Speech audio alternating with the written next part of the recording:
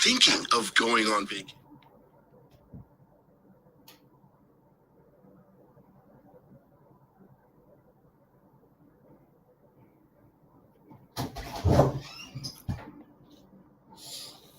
Bye.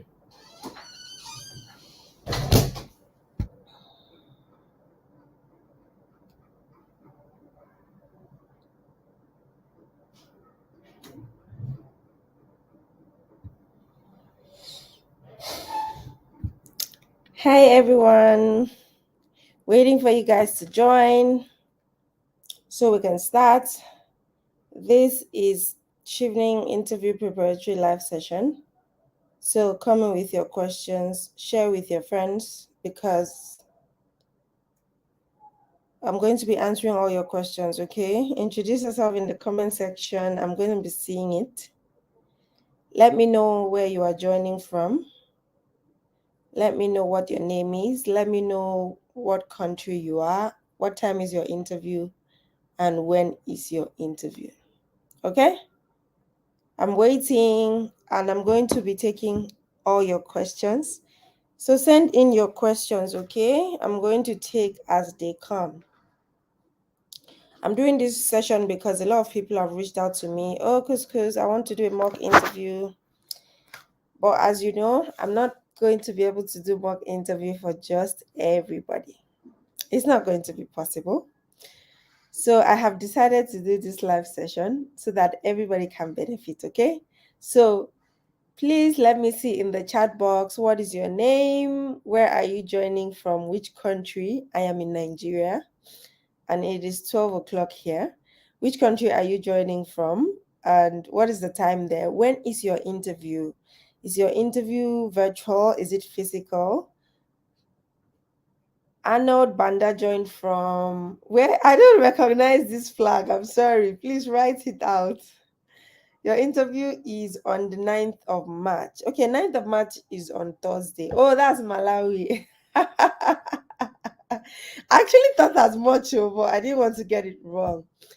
Okay, Arnold's interview is on 9th. That's on Thursday this week. I hope you have done a couple of mock interviews. I hope you have recited your answers to yourself in front of the mirror over and over again so that you can get conversant with what you have to say and not during the interview you'll be using filler words like that does not send that sends a wrong message to the panelists. Like, this is, you're not owning your story. This is not your story. If this is your story, you should be able to be very fluent with it. Otherwise, why are you saying and all of that? Gloria is joining from Kenya. It is 2 p.m. in Kenya. Your interview is 9th March 2023. That's on Thursday as well. What time is your interview? Let me know. I think some people feel like maybe if your interview is in the morning, you feel like, oh, I would have most of the attention of the panelists and they will listen more. But if your interview is in the afternoon, you feel like, maybe they are tired of listening to people. They just want to go home. But it's not the case actually, because you don't know what session will favor you. So just pray to your God, do your own preparation and pray. Is it only Gloria and Arnold that is in this session? Gloria, your interview is 12 p.m. Okay, 12 p.m. is a very good time. I'm sure it will be between 30 minutes, 45 minutes, maximum 1 hour. Guys, let me know, what is your name? Where are you joining from? I see a lot of you have joined, but you're not communicating. See, this live session is not for me, it's for you. I'm here to answer all your questions. All the people that wanted mock interviews with me, I don't have the time to take everyone for mock interview. So send in your questions. What are your concerns? What are you afraid of? Do you have anxiety? If yes, why? Is your anxiety because you feel like you're not well prepared? If it is so, then start getting prepared. Okay? Is your anxiety because you feel like you're not fluent in your story? If it is so, then begin, speak to yourself in the mirror. First of all, start by writing down your thoughts, all the things you think you want to say, because when you're done writing them down, you can be able to now strike out the things that you feel like are not important. Every point that is just a time waster, you just strike it out and focus on the most important points, because of course you don't have the entire day for the interview. You only have maximum 45 minutes to 1 hour, and you have to be able to convince all the panelists within that time. What does that mean? That means that you have to give in your best. You have to bring your best foot forward. Okay. So this session is not going to be too long. Maximum is going to be 1 hour. This is 12:06 already. I'm waiting for your questions, comments, whatever you want me to address. Bring it on. I'm here. Okay, just type it in the chat box. Actually, there is an option to join this live. Let me know if you want to join. I can probably paste the link on the chat box, and then you can join the live. Then we can talk about, maybe I should just do that. I would paste the link to the live in the chat, so that if you want to join, you can request to join, just in case you prefer to speak. Please, if you're joining, make sure your internet is good. So I am pasting the link to the live stream. I have pasted it on the chat box. If you want to join this live, just click that link and I would admit you into the session as a guest. Okay? Does that work for you all? Okay. Just to ensure that you can join if you want to. So Arnold says, okay, Arnold, your interview is by 11 a.m. to 11:45 and it is in person. Okay, that's still a very good time. You know, when your interview is in the morning, all your panelists are very alert. So, and at that point, they have all the energy. So you too, you have to go with energy. Irania says, I am Irania Sevio, join in from Uganda. Interview is 29 March. Oh, you have time at 9 a.m. and it's 2 p.m. in Uganda. So Kenya and Uganda share the same time zone. Okay, so Nigeria is 2 hours behind you guys. I have pasted the link to this live stream in the chat. If you want to join and you want to ask your question in person, just copy this link, paste on your browser, your Chrome browser, not Safari. I don't think Safari supports it. Your Chrome browser or your Google browser, Firefox, and all of that. Paste it there, and you can be able to join me. I'm still waiting for your questions. Like I said, all the things you would like to know about Chevening interview, I want to believe that I have addressed it on the channel. So if you now want me to answer your question, this is the session for you, because I cannot start repeating all the things I've already shared on the channel. If you go to the Chevening playlist, you will see all the necessary questions. I've shared all my interview questions on my YouTube channel. Okay, questions like, let us get to meet you. Of course, that's definitely going to be the first question. Why do you want Chevening scholarship? Why did you apply for this scholarship?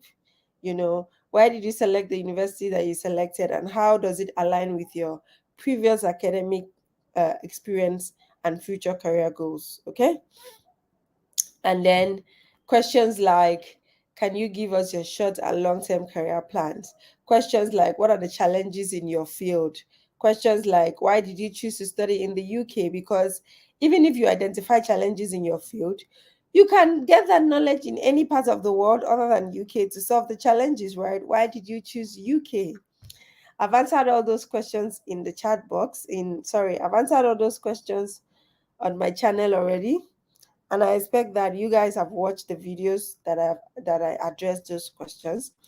But if you have any further question, this is the time for you to bring it in. Arnold says, why are you the ideal candidate for Chevening? Whenever they ask you a question like this, they are not asking you to tell them about yourself. Oh.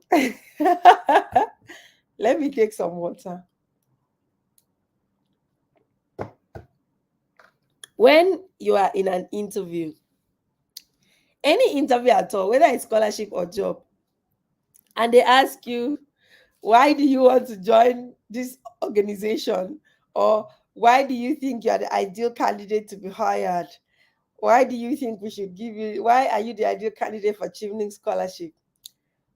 Yes, it is a way of you telling them about yourself and your skills, but the ideal way to answer that question is to make sure that whatever you tell them aligns with their vision, aligns with their person specification. What do I mean? We're going to stick with Chevening. What kind of person does Chevening want? Chevening wants a leader. Chevening wants somebody who has been showing impact in their field.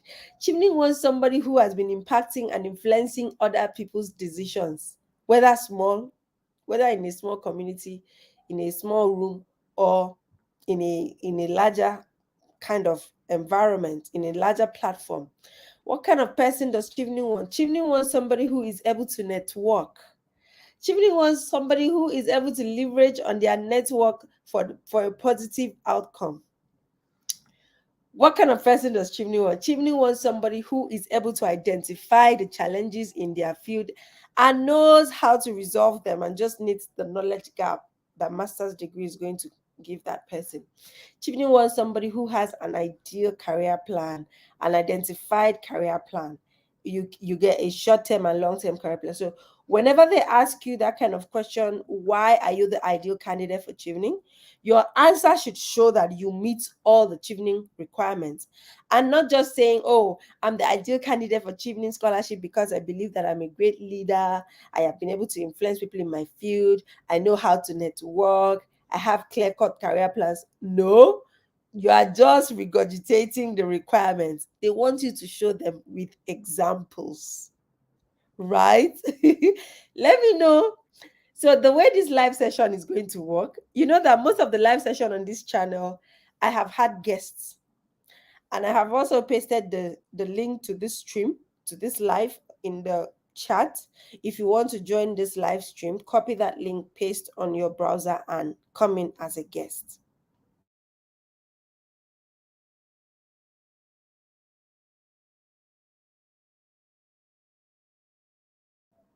Now, if Chevening is asking you why are you the ideal candidate for this scholarship, don't go and start telling them, yes, I believe that I'm ideal candidate because I am a leader, I know how to network, I have clear-cut career plans. You are going to be saying the same thing, but you are going to be using examples. Okay? I believe that I am an ideal candidate for Chevening scholarship because I meet all the eligibility criteria. For example, as a leader in my field, I was able to do A, B, and C. Of course, you're going to start with the problems. You're going to use the STAR approach, going to identify the problems, the task, you took the actions, and the result, right? So you're going to use examples. So in order to show that you have leadership capacity, you're going to use leadership examples that you have done. In order to show that you meet the Chevening eligibility requirements or Chevening networking requirements, you have to use examples. Okay? Anand, let me know if I have answered that question. Um, if you're just joining the session, we have been live for like 13 minutes now. So when you join, just introduce yourself in the comment section. What is your name? What country are you joining from? What is your interview date and time? Do you know the names of your panelists? I don't know, because during my interview, it was virtual.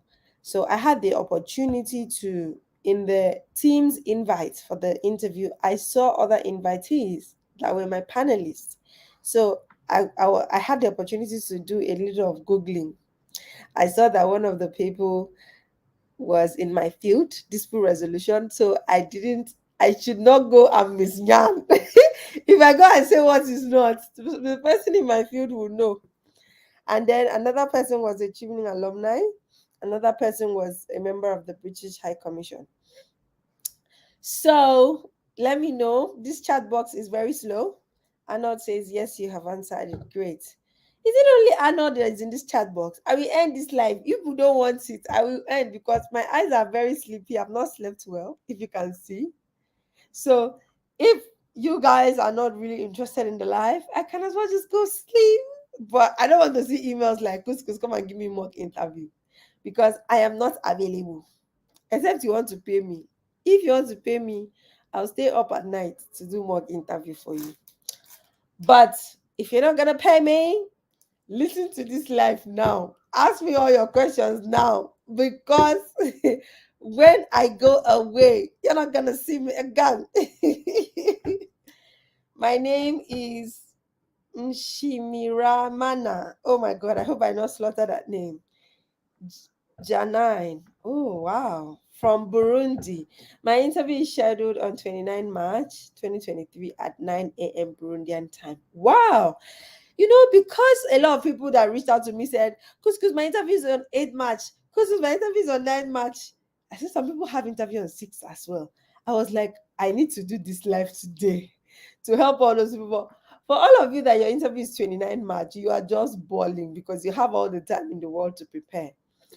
Depends on how it goes. I may have to do another live maybe sometime later for all the people that their interview is later in the month, but I'm not guaranteeing anything. I'm not giving any guarantees because creating content to post every Friday and now having to schedule live interviews or live mock interviews for people is not easy. Okay, so I decided to do this so that all of you can bring your questions and you can be able to get your answer. So Janine from Burundi, what is your course specialty? What area are you specializing in? Which school are you guys going?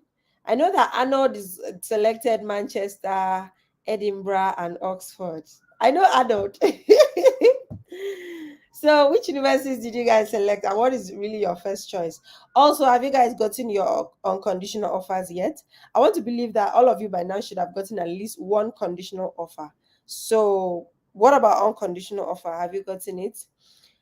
Arnold says, what do you want to get from the UK British values? What do you want to gain? Okay, what do you want to gain from UK British values? Well, the thing is, usually that kind of question they may not ask you directly. They would just probably say, why do you that kind of question will come in when they ask you, why do you choose the UK? Okay, why the UK? Why did you decide to study in the UK? Why not other country? Why not your country? Why not the US? Why not Canada? So if you decide to study in US, if you decide to study in UK, you have to tell them why. And maybe sometimes another way that question can come in is maybe they'll ask you something like, how do you intend to integrate with the British culture when you go over there? Maybe that's a way that kind of question might come in. So what Arnold's question says, what do you want to gain from the UK British values? So whatever you answer, it should align with your career plans, the skills that you want to learn. For instance, if I am in a field of climate change and I know that I want to solve the problem of maybe gas emission in my country, environmental pollution, and then I want to go to the UK to study to get knowledge so that I can come back and solve this problem. If anybody's asking me questions like what do I want to gain from the British culture and values, I'm gonna say the things that the British cult that the things that either the UK government is doing around my field or the lifestyle in the UK that promotes environmental or that promotes sustainability, right? Environmental sustainability. For instance, if you go to the UK, most grocery stores would give you paper bags as their packing bags, grocery bags, paper bags, okay? And if you want to buy a polythene bag, you have to pay. If you want to get a polythene bag, you have to pay, but you will get paper bags for free. That's a way of promoting, sustainability, recycling, being able to recycle already used materials, and that's a good value, right? So you can draw inspiration from there. You want to know how it is possible that all the big stores in the UK are able to adopt this policy of using paper bags so that they will be able to control the environmental pollution that is going around in the environment. What are the incentives that the government is giving for people to be able to adopt these policies? These are values. Values need not be things that were practiced in the ancient days or things that have been existing for the past 100 years. Values are things that are being imbibed every day for the betterment of the society, or things that the society is being known for. The fact that, oh, the British culture is very polite. If you go there, you see that people are really polite, people are nice. They don't need to know you, they don't need to know you, you don't need to do anything for them, but you will not really see people outrightly being rude to you. People are polite, they have very good customer service. So depending on your industry, you would pick and choose what kind of values you want to highlight for your panelists, if that question ever comes in. And let's even imagine that question does not come in. It's a good place for you to bring in when they ask you a question like, why do you want to study in the UK? Why did you select the courses you selected? And why did you choose to study them in the UK? You can bring in this kind of examples to show that, oh, I'm going to get the knowledge from classrooms. I'm also going to study the environment, see what is happening, see what is working, so that I can take it back home to implement. I hope I have answered that question. See, for the past 20 minutes, I've been answering Arnold's question. You guys, Arnold is shining on this live. You better bring in your question. Okay, let's move. Hi, my name is Lisa. I'm from Botswana. My interview is this month. Hi, Lisa. How is Botswana weather today? You're nervous but excited. I like that. Okay, you have to be excited because being invited for interview alone. Do you know how many people applied? Over 60,000 people. And you were shortlisted for interview. It means your essay was one of the best. It means your essay was in the 1%. Trust me, your essay was in the 1%. So you did great. So you should be excited. My question is it advisable to include new information that wasn't in your essay? Absolutely. Absolutely. Because they already read your essay. They already know what you said in your essay. Give us new gists. You know what gist is? Gist is like new information, updates. Keep us up to date with what you're doing. For instance, you submitted this application 6 months ago, Abby. Shape it up to 6 months. Okay, it's not 6 months. You submitted this application in November, December, January, February. This is March, 4 months ago. Okay. Has anything changed from the time you submitted this application till now? What has changed? For instance, I say, oh, I cut maybe if I was trying to demonstrate my networking skills, that, oh, I went for this conference and I got in contact with this person, I initiated a conversation in my area and we started this project. Maybe that's that's what you said in your essay, right? And you're selected for interview. In fact, when they're asking you to now give them examples of how you have demonstrated networking skills, you can say things like, oh, I remember in my essay I mentioned that I started a project with this person that I networked with at a conference. In fact, that project has now gotten to almost completion stage. We have now recruited so and so people, or we have now impacted so and so people. Maybe if at the time of writing your essay, the results were not yet out, maybe the impact was not yet obvious for the project. But now during interview, you have been able to do impact evaluation and you have seen how impactful that project is. Or somebody you recommended for a job got the job, and 4 months later, you are getting really good feedback from the person's job. That kind of thing. Give us updates. It shows that you are not just sitting down doing nothing. You are constantly improving yourself. You're constantly going ahead with what you said you were going to do, and you're not waiting for anybody to push you before you do it. So yes, give them new information, give them new examples, give them new updates. Always try to link it to your essay. Oh, for instance, in my essay, I had mentioned this, but I'm going to share this new example that recently happened. You get something like that. They'll be like, oh, this girl, she has so many examples, so many experiences. I love to hear from her. Because you know how it is, repeating all the examples in your essay, it can be boring. We've read this essay, so don't come and be telling us the same thing. Fine, what you said in the essay brought you to the interview, but we are not sure if that is going to take you to the final level. So give them new juice. Lisa, I hope I have answered that question. My name is Happiness is this Malawi or Kenya? I cannot recognize most of these flags, but it looks like Malawi flag. Oh. Happiness, where are you from? My interview is on the 15th. Okay. Janine is in law.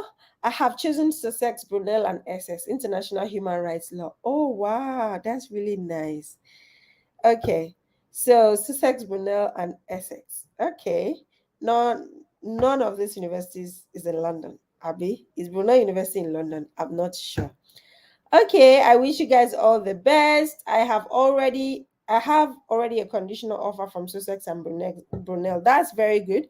You know, when you're being asked about why did you choose this university, why did you choose this course, it is a good time for you to tell them that, oh wow, I selected University of Sussex for international human rights law. I also selected University of Essex and the Brunel University to study international human rights law. In fact, I've already received a conditional offer from two of these universities, and I really love the university because if you check the course content, it really aligns with my passion. You know, international human rights law can be very broad, but my focus is maybe migration. My focus is student mobility. My focus is human rights violation. And I can identify that in this particular university, in fact, they have a course that directly addresses my focal point. Okay. And that's why I decided to select the university. Then, that's you, there's no hard and fast rule about these things. Just be very flexible and try to give unique answers, okay? Answers that you know that is coming from deep within inside of you, is coming from your passion, okay? You cannot They cannot ask you, so why did you choose to study the course international human rights law and you selected University of Sussex, and you start saying things that every other person will say. Maybe they say the person that's studying that selected medicine to study in Sussex says the same thing. The person that selected development studies to study in Sussex says the same thing, and the person that selected human rights comes to say the same thing. No, now, where is the creativity?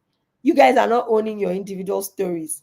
You selected Sussex because of, first of all, your course is different, international human rights law. Secondly, maybe you opened up the course content because it's not only Sussex and Brunel and Essex that offer international human rights law. Why did you choose them?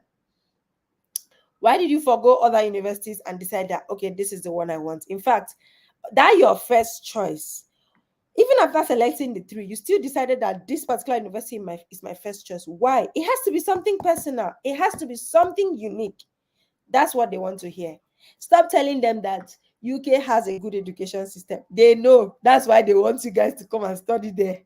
Stop telling them that for people that are studying development studies at University of Sussex, it is a good time to say that University of Sussex is the number one university in UK for development studies. You can start from there because everybody that's going to select development is going to say that. But when you're done saying that, bring it down to you, narrow it down to yourself. Okay, let's make it like a triangle. You start with the broad and then you narrow it all the way down to why you in particular. Was it that you like this particular professor who is teaching this particular course? Is it that you identified a project the university is carrying out and you see that, wow, this project, imagine I'm on board with this project, I would learn so much that I will go back to apply. So you see, make it personal, okay? So that when they listen to you, they'll see that, okay, this one actually has a personal reason. This one owns her story, his or her story, and is not just following the bandwagon. Great. I'm loving how interactive the comment is getting now. Okay, I have answered Lisa. Oh, Lisa says, I have an unconditional offer from Manchester. That is good. Congratulations. That is a good time to tell your panelists that if you select me, I will not have to go and start running around looking for unconditional offer or meeting deadline. I already have my unconditional offer. You see, I am proactive because I know some people that actually wait until they get shortlisted for interview and they get their unconditional selection. They get their Chevening conditional award selection and then they start going to look for unconditional offer. You are proactive. You are a leader. These are leadership skills, being proactive, being innovative, making sure that I am prepared before you meet me. When opportunity meets preparation, you know what they say. Okay. Gloria says, first choice is Sussex. You have unconditional offer already. Wow, you guys are amazing. Second choice, Cardiff. Cardiff rejected you. They don't know who you are. Third choice, Westminster Conditional International Relations. Nice, nice, nice. These are really nice universities. Don't mind that Cardiff, they're in Wales. I beg, if they don't want you, two other universities want you. They don't know that they're about to lose a potential Chevening scholar. It's their loss. Okay, Irania says, what do you think about the UK's pop culture? I don't know if they're gonna ask a question like that, but if they ever do, if you like pop, you say you like it. If you don't, what are the areas you don't like? But I want to believe that if you're applying for Chevening scholarship to go and study in the UK, you are indirectly saying, I love this place. I love this institution. I love this country. I love their culture. So even if there is a part that you don't like, you still have to balance it. Okay. Balance is key. You say the part that you don't, you say, start with the part that you like and the part that you think, oh, maybe you don't just really align with it, and maybe the part that you don't understand, you're like, in fact, I'm actually going there to go and see exactly for myself what is happening in this area. I want to know exactly how it is done in the UK. I want to know how it is different from my country, and I want to see any place that there can be a bridge where both cultures can come together in your field, of course. Uriah says, why do you need a master's degree? You're the one that should tell me. But I want to believe that if you've been shortlisted for Chevening interview, you answered that number 3 question very well. That number 3 question that they said, why did you select the course you did, and how does it align with your previous academic experience and career plans? Okay, I want to think that you answered that question very well. That's why you were shortlisted. So you're still going to toe that same line in your interview, but you're going to expatiate. You're going to focus more on the problems that you've identified in your field and why you think getting a master's degree will solve that problem. Getting a master's degree is just a platform for you to gather all the knowledge and skills that you need to be able to solve the problem that you have identified. Okay, so there are a lot of ways you can answer that question. Answer it by identifying the challenges in your area and identifying the knowledge gap in your area. Mention how the courses you're going to take in your university is going to bridge that knowledge gap, and now explain how you're going to now apply that knowledge when you come back to your country. So yeah, let me know in the comment section if I'm answering your questions, if your questions are being clarified, so that I know that we are making progress. Okay. Gloria says, if you are to add new information, isn't it safe to inform the panel that you would like to give a new example that isn't in the essay? Gloria, I already said something like this. I said that you should always make reference to your essay. For instance, you want to give an example.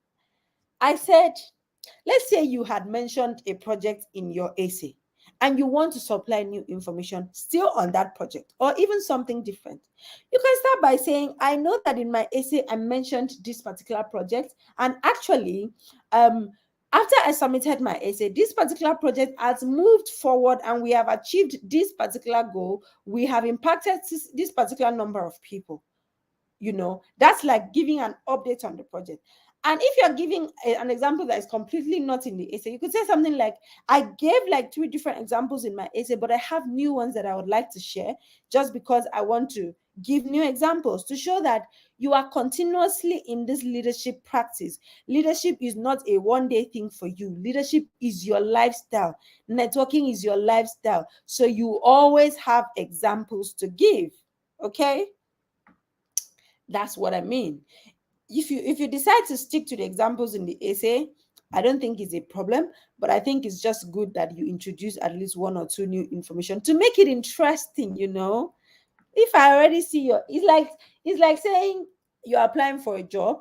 I saw your CV and I shortlisted you for the job interview. It means that I am okay with all the things you said on your CV. If I now ask you, and you now come for the interview and I'll say, can I get to meet you? And you start telling me everything on your CV again. You think I cannot read? I can read. I saw it. That's why I invited you. I invited you not because I wanted you to come and tell me everything in your CV. I want you to come and own the story in your CV and to tell me more. Okay? For instance, you said, Oh, in your CV, you have analytical skills, you have these skills. Now, when I invite you to the interview, you're coming to give me examples of how you are able to demonstrate those skills. Because, of course, you can't say everything in your CV. Your Chevening essay was just 500 words. What can you say with 500 words with a real life experience? So you were giving them a tip of the iceberg. For all you care, it was just a tip of the iceberg. So when they invite you for interview, they're like, come to us and tell us more. We like this story, we want to hear more. So you cannot just go and start restricting yourself to the 500 words that you gave again. No, now, come on, Gloria. I hope you get my point. You get my point. You just have to give them more. It's like, this is the tip of the iceberg. There is more from where this came from. So now the interview is, I'm coming to give you more. You guys are making me talk too much. Okay, let's move on. Gloria, let me know if you understand what I mean. Munira says, hi, I have an unconditional offer from QMU to study global public policy and global public health and policy. You guys know that I have a bias for QMU because that is my alma mater. Congratulations, Munira. Getting an unconditional offer from QMUL is not beans. So yes, congratulations. Make sure you flaunt it at your panelists face that, you guys, I actually do have an unconditional offer from Queen Mary University. So you see, I'm ready to go. So that's a very good thing. Congratulations. Irania says, how have you used an international network for a social cause? Wow, this is a very, very sweet question. And anybody should be able to answer this question. Like, if you have done this, you should be able to answer that question. You should be able to answer that question. I'm so excited. This question is so sweet that if I was asked this question, oh my God. So it will now depend on your field. If you're in the human rights field, you have to leverage on the international community within the human rights. Have you been attending conferences? If yes, during those conferences, do you network with people? Definitely. During those conferences, you must have gotten one or two ideas, knowledge, okay, a contact that you must have used in one way or the other. These are really good examples. If you're in climate change, of course, you've benefited from a couple of conferences organized by maybe UN, and maybe external organizations, donor agencies, different organizations to champion the cause. This social media age, it is very easy to get in touch with the international community, with your even with your social media, even with your LinkedIn. So that question is a very good one. And if you're ever asked that kind of question, come on, bring out all your social media skills, how you've interacted with people in your field. If you've joined Facebook groups that address these issues, that's the time to talk about it. If you have attended conferences, that's the time to talk about it. If you have written policy papers and you've published abroad, that's the time to talk about it. Okay. If you have joined a voice online to fight for a cause, that's the time to talk about it, whether it is physical or virtual. That question is a very nice one. Well done, Iraya, for that. And okay. Okay. So Jimmy says, I am Jimmy Chimtengo from Malawi. I've had like 3 or 4 people from Malawi today. Oh. My interview is on 14th. I wish you the very best, Jimmy. Tell us something interesting about yourself. Ooh, what a sweet question. If they ask you this kind of question, well, it will depend on you, right? Because Chevening needs an all-rounded individual. Chevening needs somebody who is not just a leader, but a networker, a social person, because you're going to meet a lot of Chevening scholars and they expect you to socialize with them. Chevening needs somebody who is also a very good, you have emotional intelligence, you have social skills. So you can decide that you want to use this opportunity to tell them something outside your career, outside your academics. Oh, when I am not okay, let me use myself as an example. For instance, I am a lawyer, and obviously my career plan was all about law, right? My leadership examples was all about what I have done with my job. And then you ask me to tell you something interesting about myself. I'm not going to tell you anything about law. I'll tell you that that question that you just asked me, I am not just a lawyer. I create content. In fact, I know how to create insightful content from scratch to finish. I have a huge online following on my YouTube channel. In fact, I have more than 10,000 subscribers like this. I do not just create content, I teach. I train people, I mentor people, I coach people. I am very versatile. I cook very well. You can say so many things, but don't be all over the place. Just bring up two or three very interesting things that you think would add value to the Chevening community. You know why? When you go to the UK as a Chevening scholar, they are going to organize events, and they're going to need volunteers for this event. Somebody that is good with organizing, somebody that is good with if sometimes you could they used to have like baking classes, they used to go for kayaking, they used to go for sightseeing. So if they ask you, tell me something interesting about yourself, and you don't want to talk about your career, you could say something like, I love to travel. In fact, in the past 3 years, I have gone to all the communities in my country just to ensure that I see what my country looks like. I know all the nooks and crannies of my country. I've traveled to this African country. I have gone to this, tourist attraction. And one of the reasons I really want to go to the UK is because I have really heard about the Big Ben and the Small Ben, the London Eye. I can't wait to see these places. Buckingham Palace. Oh my God. That kind of thing. So whatever you tell them you're doing, because when they see that kind of person, they're like, oh, this person is actually going to make a very good Chevening colleague, because this person is going to rally Cheveners around them to go for sightseeing. When I was in London, Cheveners used to go out almost every weekend. I was not that outgoing. And looking back, I'm like, I wish I used to do more. But trust me, Chivnas will go to different places every time. Do you think he was not somebody that was so interested in exploring the city that used to bring Chivnas together? They need that kind of those kind of people. They need them. So whatever skills you think you have that is maybe outside, maybe you want to draw focus away from your career and show them the other side of you. Go ahead. If you like to write, go ahead and tell them how much you like to write and publish. If you own a blog, that's the best opportunity to tell them you own a blog. If you own an NGO, that's the best time to say, oh, I'm actually very passionate about little children, and in my free time when I'm not working, I actually go to take care of little children, especially maybe children with disability. Those are the kind of things you talk about. Oh my God, you guys are asking me very, very interesting questions. I love it. I really do love it. Okay, that was Jimmy's question. Okay, Isioma says, "Hi, Kuseme. Do you have tips on being bold during your interview?" I always say there should be a balance. Okay, there has to be a balance, because there is a line between being bold, being confident, and being arrogant. Sometimes panelists will not like it if you're overly arrogant. Okay, when you are acting as if you already have the scholarship, when you act as if you've gone to heaven and back. I don't even know how to say it, but what I'm trying to say is there has to be a line between exceeding confidence and boldness and being arrogant. Don't try to be arrogant.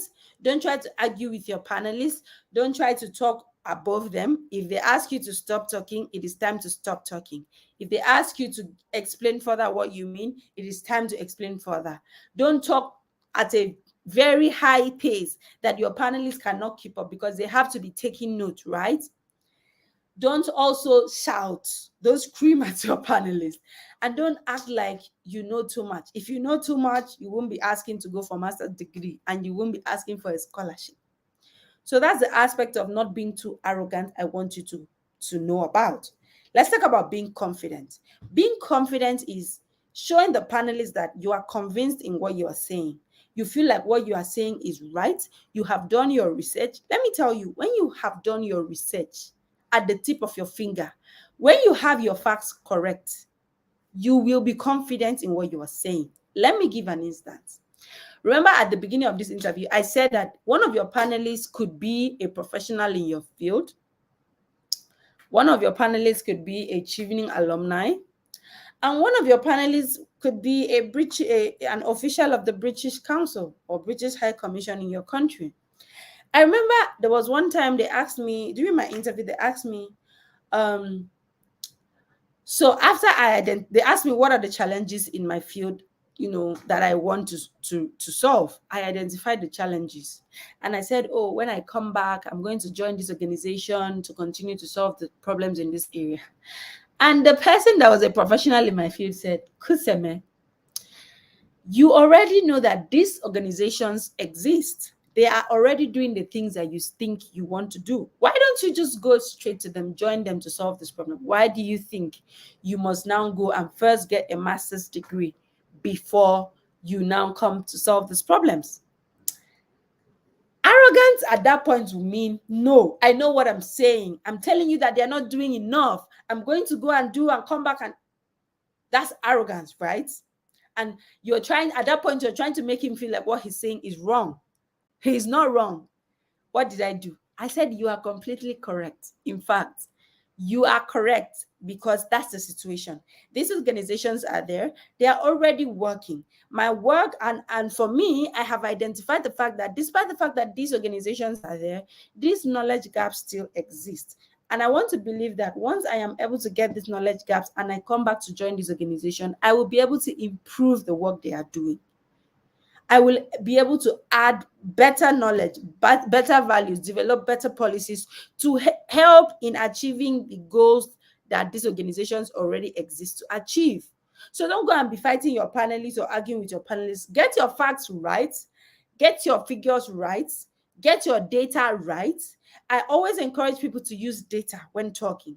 You cannot come and say, oh, 90%, no, not even that. You cannot come and say things like, in Malawi, a lot of kids do not go to school. A lot of kids are dropouts. That's why I'm passionate about education. It is good, but it's like you making general statements. You're going to say things like, having conducted in-depth research, I have identified that 25% of children in Malawi, especially in this particular area, maybe in the southeast, in south-south, or in this particular community, are actually school dropouts. And that is because of the fact that they do not have road transport network to connect them to the other communities that actually have schools.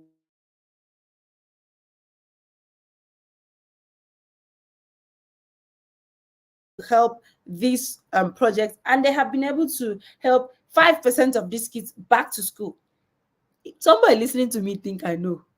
Well, I'm just bringing data. So if you did that research, you'll be very confident and it will not pass off as arrogant because you know what you're saying. You're giving us data, you're giving us figures, you're giving us research data. So that's how you show confidence. Also maintain eye contact. You have 3 or 4 panelists. Don't focus on one person because the other panelists will feel neglected. So ensure that as you're speaking to them, you're giving them eye contact intermittently. Look at panelist A, look at panelist B, look at panelist C. Panelists, they are going to introduce themselves to you and possibly maybe what they do. And maybe if you're talking about, if for instance, there's a professional in your area, in your field, in your panel, among the panelists, and you want to talk about the problem in your area, you look at that professional, you look at him, tell him that, like what you're saying, he can relate more, right? Because he can relate more, that's the time to give him eye contact and see the way he responds.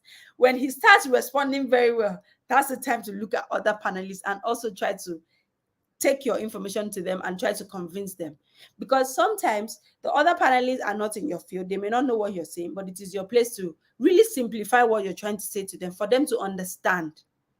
So eye contact, smile, don't speak too fast, because if you speak too fast, it shows that you are tensed and you are scared and maybe you don't have your figures right. Speak at a comfortable pace, knowing that your panelist is writing, they are taking notes. Look them in the eye, smile. And if you want to take a break to drink water, just like I want to do right now, take a break, drink water, and just be okay. Your panelists are not there to discredit you. Your panelists are actually impressed with you because you were so good that you were selected for interview. So before you go there, they are already impressed. So just go and tell them your own story, own your story. Do not be scared. Don't cram. Okay. Try to understand what you want to say without having to cram so that you'll be remembering what you had to say. No, but get conversant with what the information you want to share, such that you can be able to share it without being overly tensed. I'm not going to say that you will not be nervous. Even me, like this, I had an interview yesterday. I was overly nervous, guys. So it is not completely possible that you will not be nervous or tensed, but you have to. The thing is, at the beginning you might be tense, but over time you should be able to ease in, especially after the first, second, third questions. All right. I hope I have been able to answer that question, Isioma. Grow with AJ says, how many questions do the panelists normally ask in the interview? The thing is, you cannot put panelists in a box. Some panelists will ask you 4 questions, others will ask you 10 questions. And most times, prepare for the 4 standard questions that you will ask during your essay. But also prepare for questions that they will ask you based on what you have said.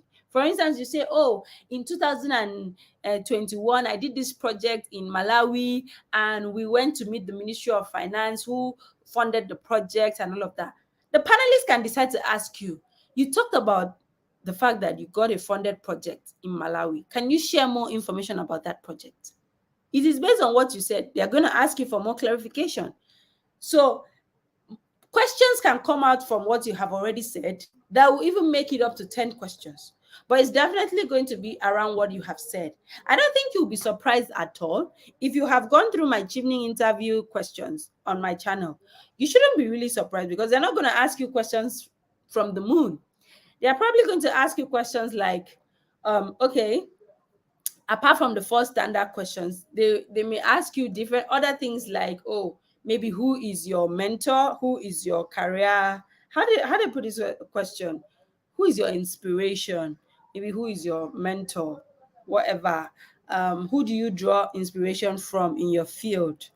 They could ask you things like, why did you select the city that your university is in? What do you like about that city? Or you're going to Manchester, what do you like about Manchester? Anybody that's going to Manchester that will not talk about Manchester United Club, I don't know why you are going there. I will not talk about the fact that you want to watch live matches. I don't know why you are going to Manchester. So don't be overly restricted to academics. They want you to be social as well. So bring in all those football. When I was in England, they were playing Europa Cup.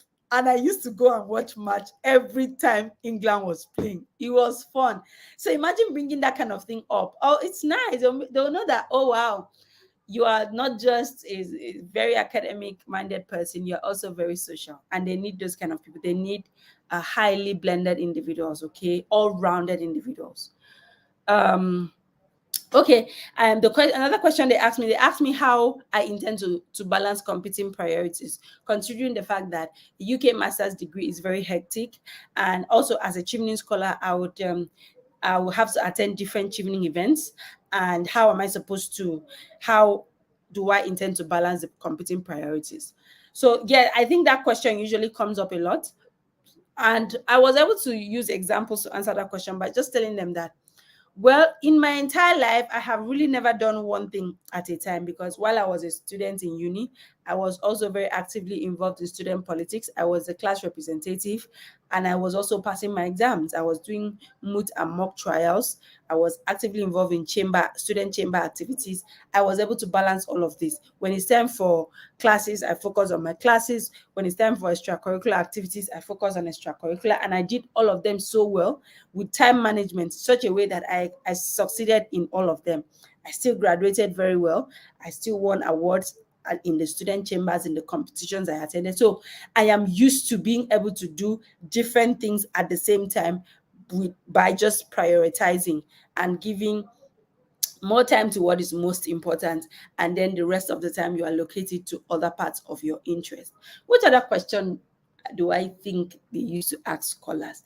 Questions like, how would you contribute to the Chevening community when you go to the UK and even when you're back?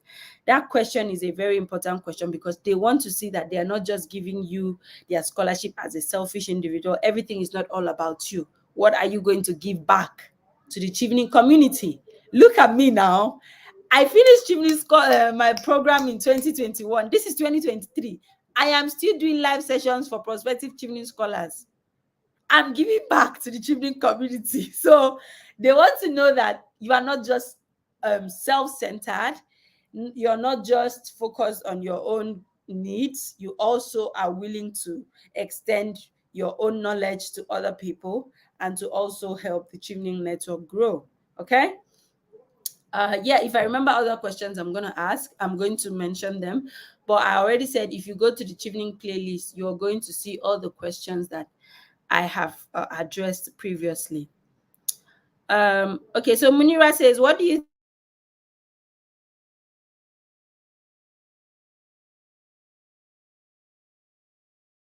when you're asked, tell us about yourself, they want you to tell them how you meet the Chevening eligibility criteria. Chevening wants leaders, people that are able to influence other people's decision, people that know how to network, people that have clear-cut career plans, people that have been able to identify challenges in their field, and they know how to solve those challenges. So when you are telling them about yourself, you have to tell them in such a way that you align yourself with those criteria.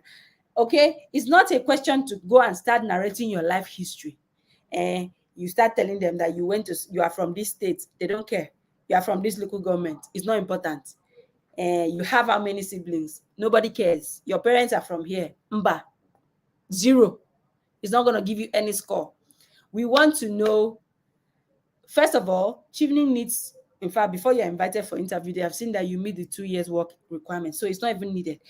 Demonstrate to us how the job, all the things you have been doing meets the Chevening leadership requirements, networking requirements, and how you are the ideal candidate to be selected as a Chevening scholar.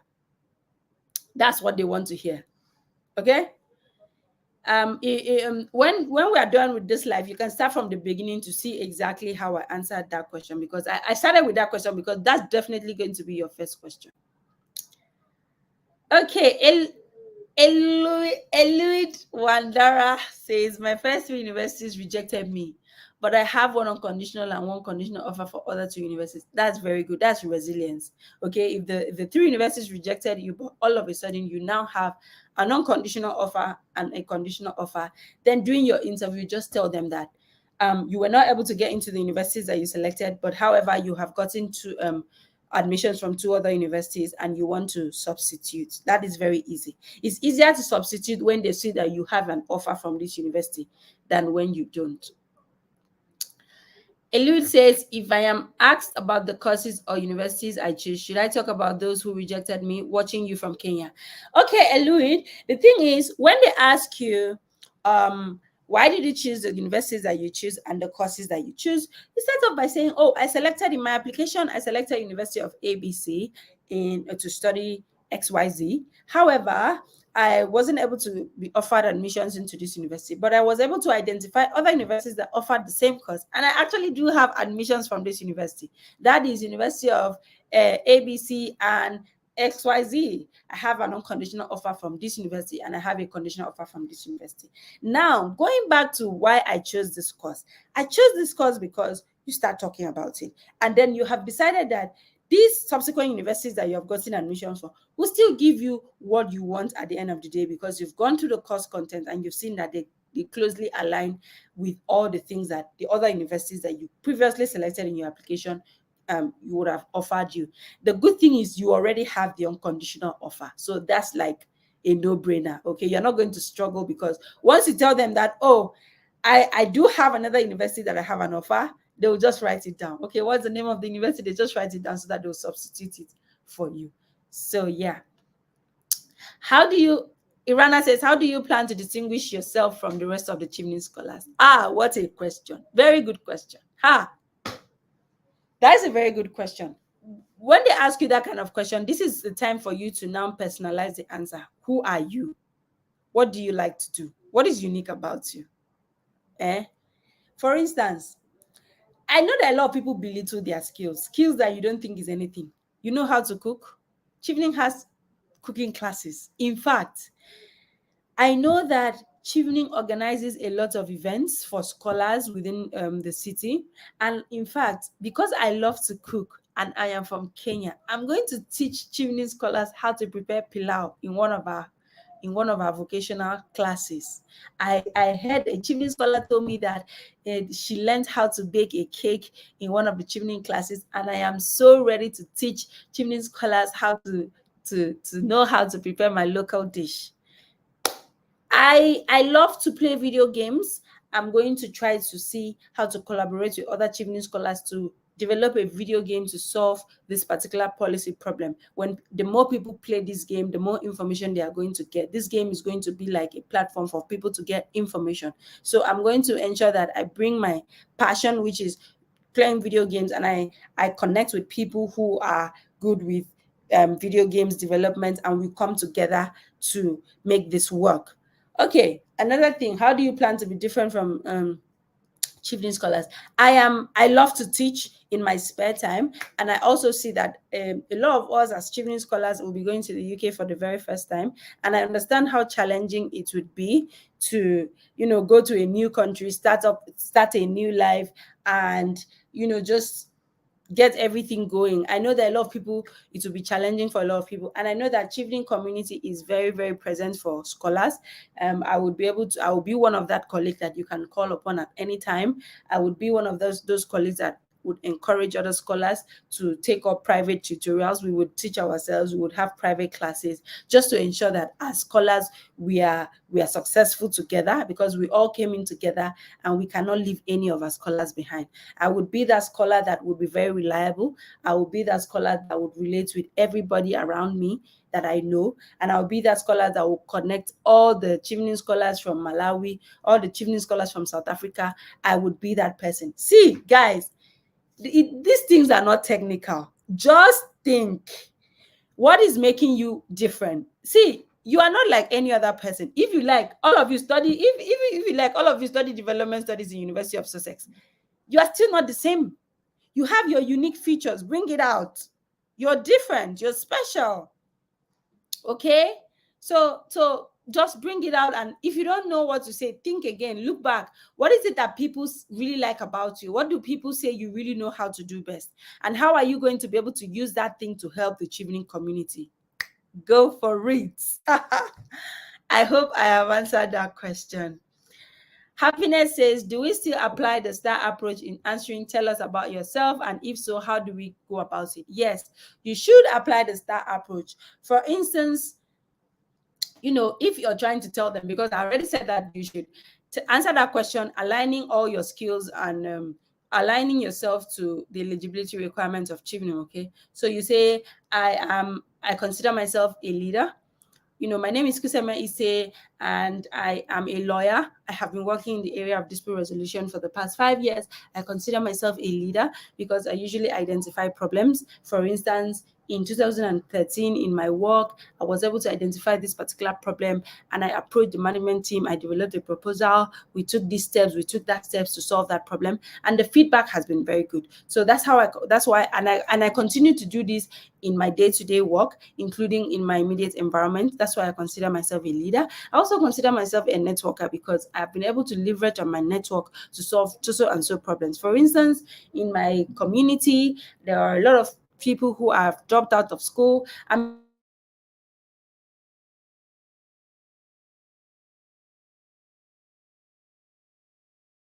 These jobs to apply for jobs and to get hired. That way I was solving the unemployment problem in my community using my network. So I believe that I meet the Chevening requirements for I meet the person specification, the ideal candidate to be a Chevening scholar, because apart from being a leader and being able to leverage on my network, I've also identified the problem in my field that I think that gaining this knowledge would help me meet. And that's just how I can answer that question in less than 5 minutes. You've used the STAR approach to fix yourself into the Chevening ideal candidates criteria. So It's not, that's why you should not cram, because if you cram, they will ask you a particular question and you don't know how to answer it. Just know the principles, just know the rules, just know what you have to say. And then when they ask you, depending on how the conversations go, you provide your answer in that way. Okay, I believe I've answered that question. Happiness. I said this session was going to be 1 hour. It is 1:05. I'm definitely closing this session by 1:30 because I have other things to do. I'm going to answer the questions faster now because I see that I have been spending a lot of time. But let me know in the comments if this has been beneficial so far. Let me know if it is useful. Let me know if it is preparing you for your interview. And let me know what other concerns you have. Happiness says, the question on how will you be active after you return from the UK? Do you still need to give examples of your past to explain how you intend to be active in the future? The reason you bring in your past is to demonstrate your capacity, your capability, because sometimes people just say things that they cannot do. But if you say you want to do something and you draw attention to your past of how you have done that thing before, it gives credibility. It makes people trust you better, that if you have done it before, then it's easier for you to do it again than when you have not done it at all. So yes, if you want to bring something from your past just to buttress your point that, yes, I have done this before, I can do it again. Yes, you should go for it. It's not a bad idea. Olufunke says, hi Kiseme, I'm Olufunke Oyinola from Nigeria. I have 3 unconditional offers from the University of Leeds. You have 3 unconditional offers. You already achieved this scholar. What are you waiting for? I have 3 unconditional offers from University of Leeds, Leicester, and Derby to study criminal justice and criminology. My interview is 24th March. Aww, all the best to you. Having 3 unconditional offers. Wow, wow, wow. That is amazing. Congratulations. I wish you the very best in your interview. Make sure you let your panelists know that you have the 3 unconditional offers, okay? Banda Farah says, hi Kiseme, could you tell me how you contributed to the Chevening community? Can't you see that I'm still contributing? This live session is a contribution to the Chevening. I mean, people are not Chevening community. Yeah, Chevening community now. And what did you tell them in your interview on how you're going to benefit the Chevening community? Of course, I told them that I was still going to contribute to the Chevening community because even before I became a Chevening scholar, I already started contributing to prospective international students in the UK by introducing Chevening scholarship to them, by introducing other scholarships to them. I will continue to do that, which I still do. Like now, I still do it 2 years later, right? Now, in London, I was going to network with other people, get all, liaise with Chevening scholars in my field from other countries, exchange knowledge, exchange ideas, and see how we can introduce policies that work across the countries in our different fields. I was also going to, socially interact with Chevening scholars, network with them. I must tell you that, guys, as you're listening to me, my closest friends in 2023, should I say 50% of my closest friends, most beneficial network has been from Chevening. Chevening network is not to be used for play. I don't even know how to explain it. Like, that network is everything. You're going to meet people that are going to turn your brothers and sisters. I kid you not. Most of my friends now, the people that if I am in trouble, I can pick my phone and call and say, come to my rescue. Most of them are Chevening scholars. So please, you two also have to show that you're going to be able to benefit other scholars as an individual. You're going to be able to share your knowledge. You're going to be able to share your skills. Whatever knowledge you have from whatever previous experience you have from your previous work, from your country, you're going to bring it to share knowledge and also to help other people within the Chevening community. You're going to be a valuable member of the Chevening network. I know for a fact that I am a valuable member of the Chevening network. I know nobody can take that away from me. I know that. So you have to be able to tell them that as well.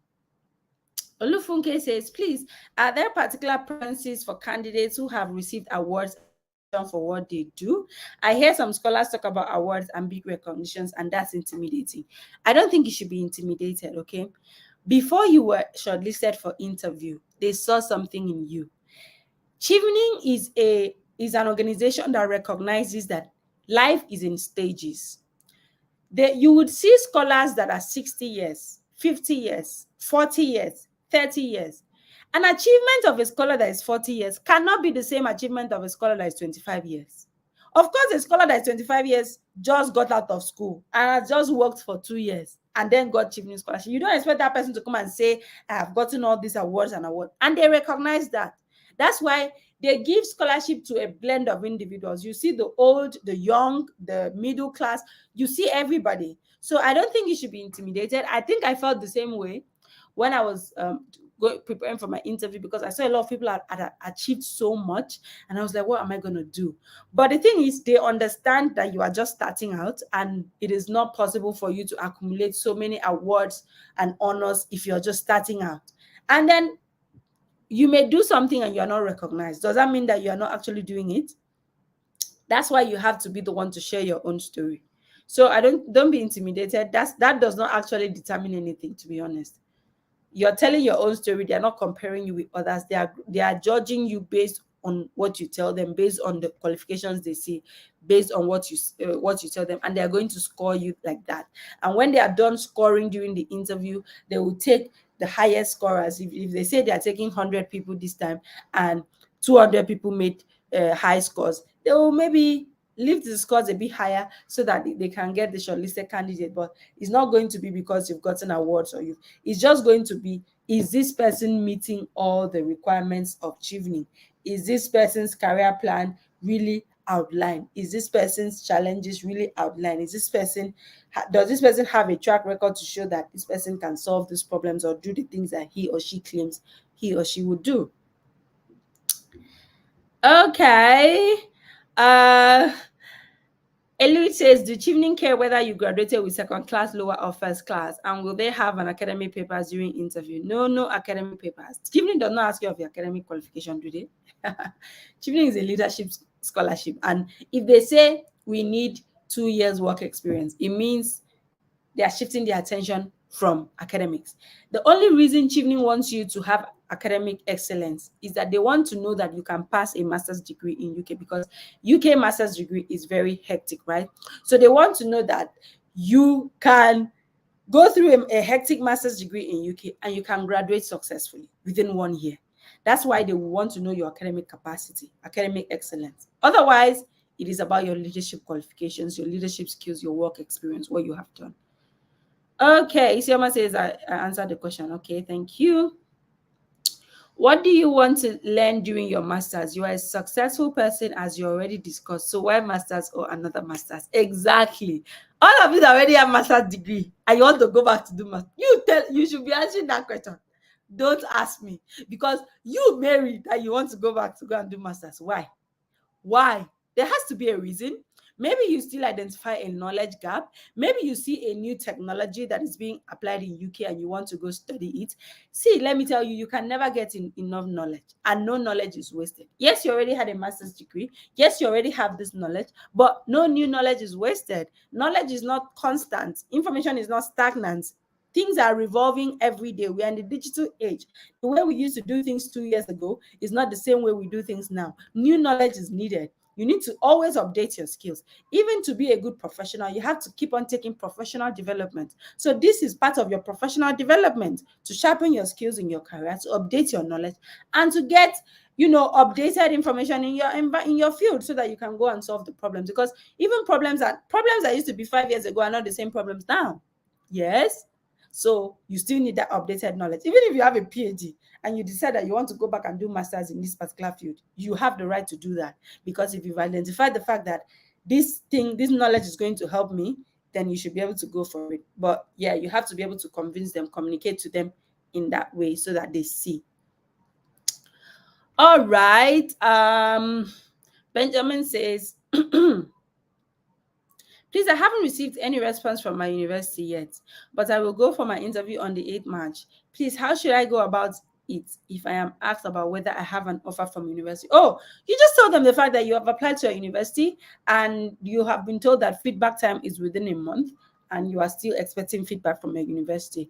And you are certain that by the time, because Chevening deadline is about between March and 17 July, you get an unconditional offer.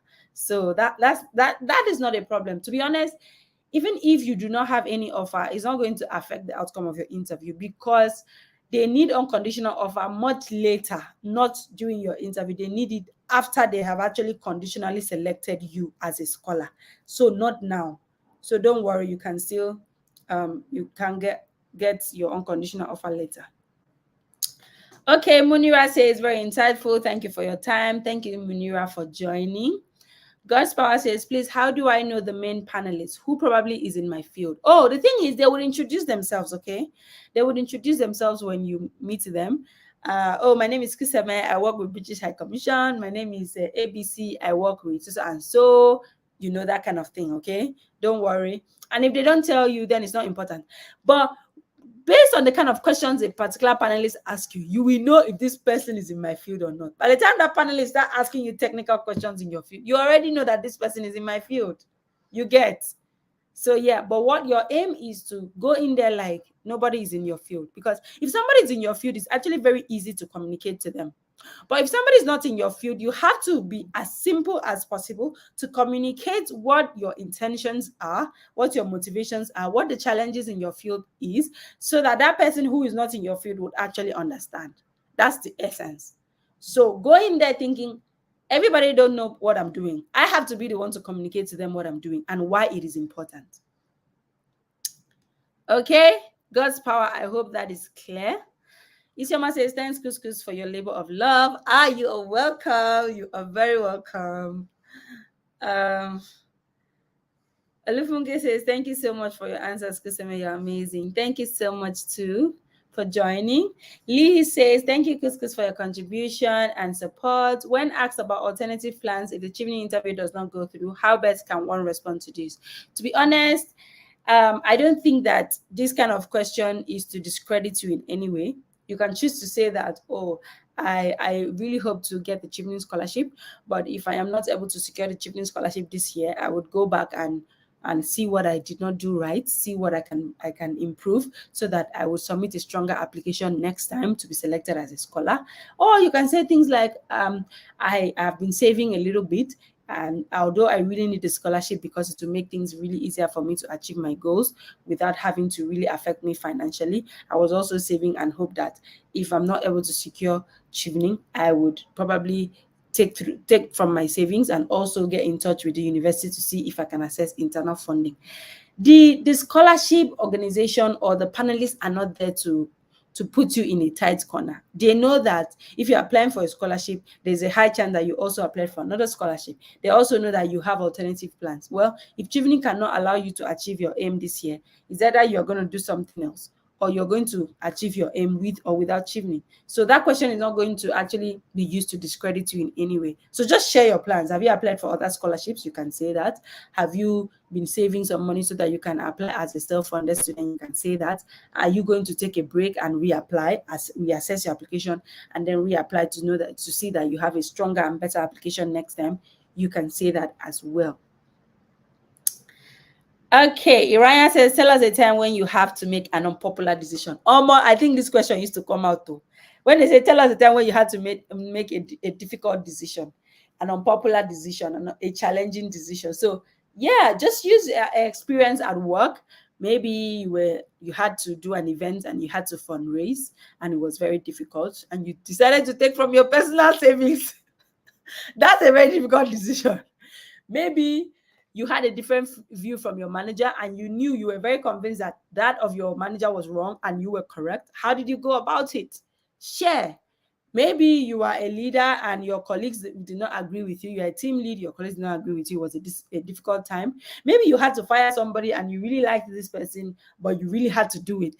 Share any challenging situation. It could be at work, it could be at your extracurricular, it could be in your personal life. Oh, I had this job. There was a time I had 2 jobs at different cities, and they were both good. They were both what I wanted, and it was a very difficult time for me. I didn't know what to do. Some people were telling me to. The more I asked people what to do, the more confused I was. It was so that is a difficult situation. So how did you decide on what you did, on the decision to take, and how did you do it? So those are just unpopular decision, could mean a difficult decision. It could be having a different view from every other person. It could be taking a different route from every other person. For instance, okay, so after I finished school, I got a job with my state government, and a lot of people in my country or in my community already believes that people who work for the state government do not earn a lot of money. But I knew that what was most important for me was to gain the knowledge in this area, and working with this particular agency was going to give me that area. So even when my friends and family were saying that I should take a private job in this particular law firm or in this particular company, I still went ahead to take this other job that paid me less, but I was so convinced because I knew that it was going to give me the knowledge that I needed and it will help me better in the long term. That is an unpopular decision that other people are not happy about, and you're still going ahead to take it. So you see, let me know if I've answered that question, Iraya. Benjamin says, thanks so much, Kuskus. This webinar has been very valuable. So glad to hear. At least it paid off. I'm glad you guys joined and you asked all the questions. I'm really happy. I hope that it is as helpful as you anticipated, and I really wish all of you the best in your interview.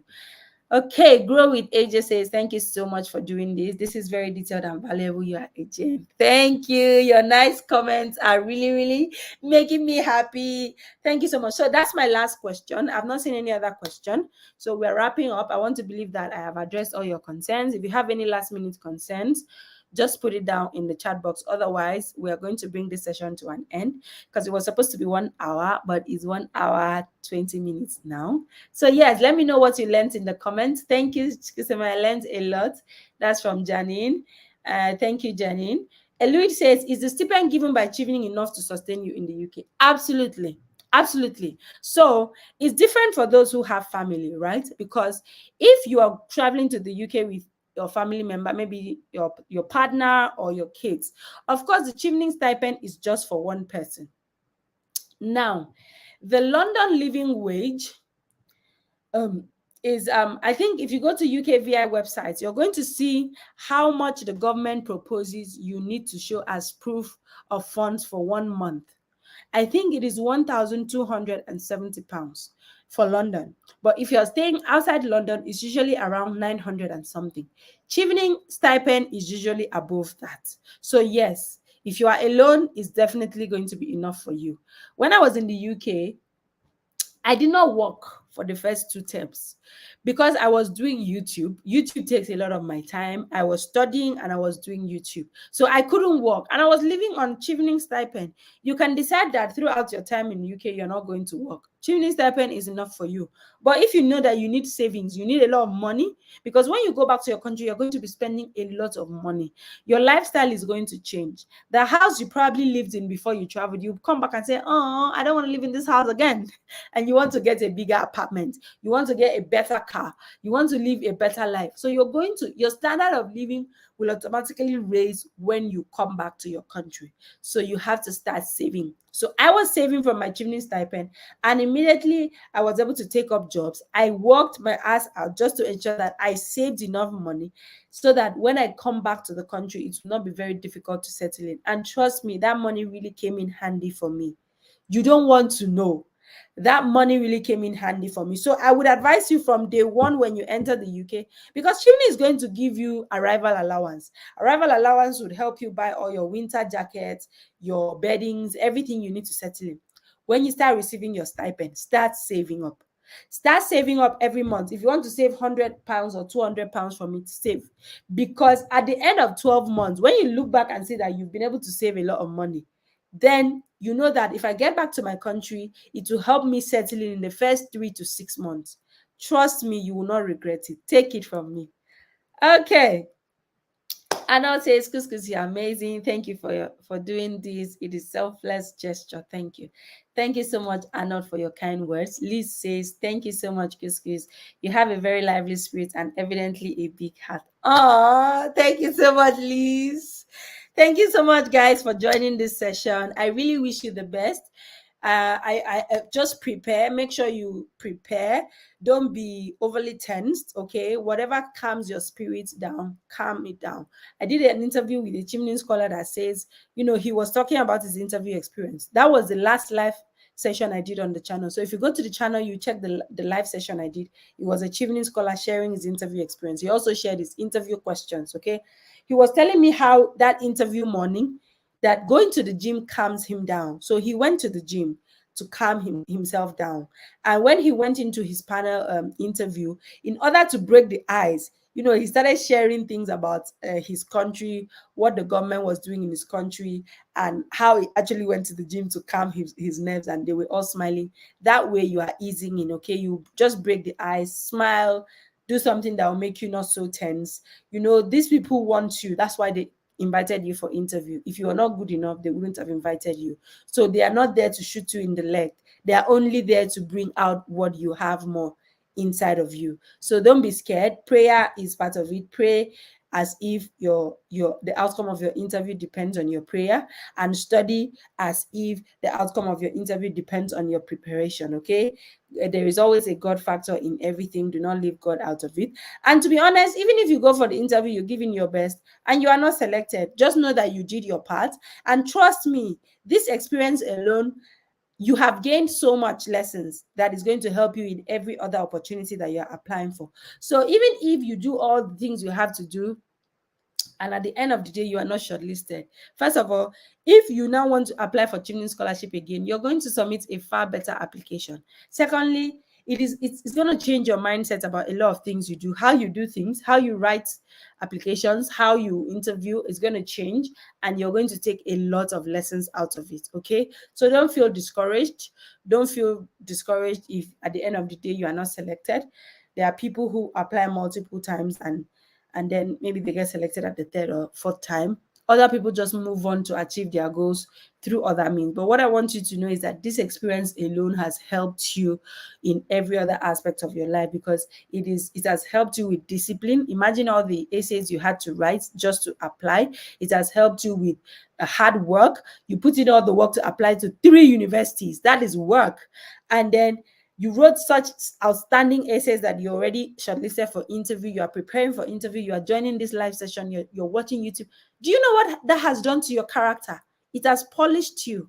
It has put you, you now know that if you want to get something, it all is within your power, and you're doing everything you can to do it. You're going to transfer that attitude to your work. You're going to transfer it to your daily life. So it is not a waste of time. Okay, even though I wish you all of you the best, I know that there's some people that will still come back and say, oh, Couscous, I am sorry, I feel so terrible, I did not get the scholarship. And I'm saying to you, take heart ahead of time and know that you have different routes to your destination. Okay, there are different routes to your destination. God's Power says, thanks much, Couscous. For those in Nigeria, please let's connect from here so we can share some info based on logistics. Thanks. Okay. You can go to Facebook and you see there are a lot of groups on Chevening application, Chevening applicants 2023, Chevening applicants 2022. You can join those groups, and so that you can interact together, because in this kind of thing you need support. You need a lot of support. Okay, let guys also try to apply the Stipendium Hungaricum scholarship. Yes, I also talked about that scholarship on my channel. The Hungarian government has a scholarship for their universities. So yes, you can. If you go through the scholarship playlist on my channel, you see a lot of scholarships that you can apply for other than Chevening. Okay, some of them are within the UK, some of them are other countries as well, including I even have scholarship for South Korea, Hungary, Germany, Japan. I have a lot of scholarships I've shared on my channel. Okay, so yes, guys, I have to stop here now. We have been together for 1 hour 28 minutes. I hope that this was helpful. Please share this video. If you know any scholars that was not able to join the session, share the video to them, because it will help them. Okay, all right, let me know the outcome of your interview. Come back to this live and share the outcome of your interview. Come and tell me how many panel members, how many questions they ask you. In fact, come and drop your questions, because it will help other people. Next year, when people are coming to watch, they will see the questions that they ask, so they will use it to prepare.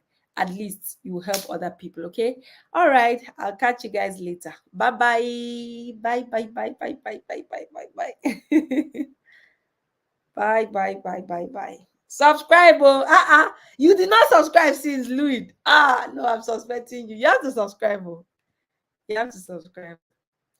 All right, everyone. Bye. You people are not telling me bye in this chat box. Why? Are you people fighting me? Tell me bye now. I bet I should get out. Tell me bye. I'm waiting for your bye. If you don't tell me bye, I'm not leaving. All right. Bye. Bye, bye, bye, bye, bye. Bye, bye. Bye, Liz. Bye, Wandera. Bye, God's power. Bye, Olufunke. All right. Bye, Janine. Okay. Bye, Olufunke. We're ending this live.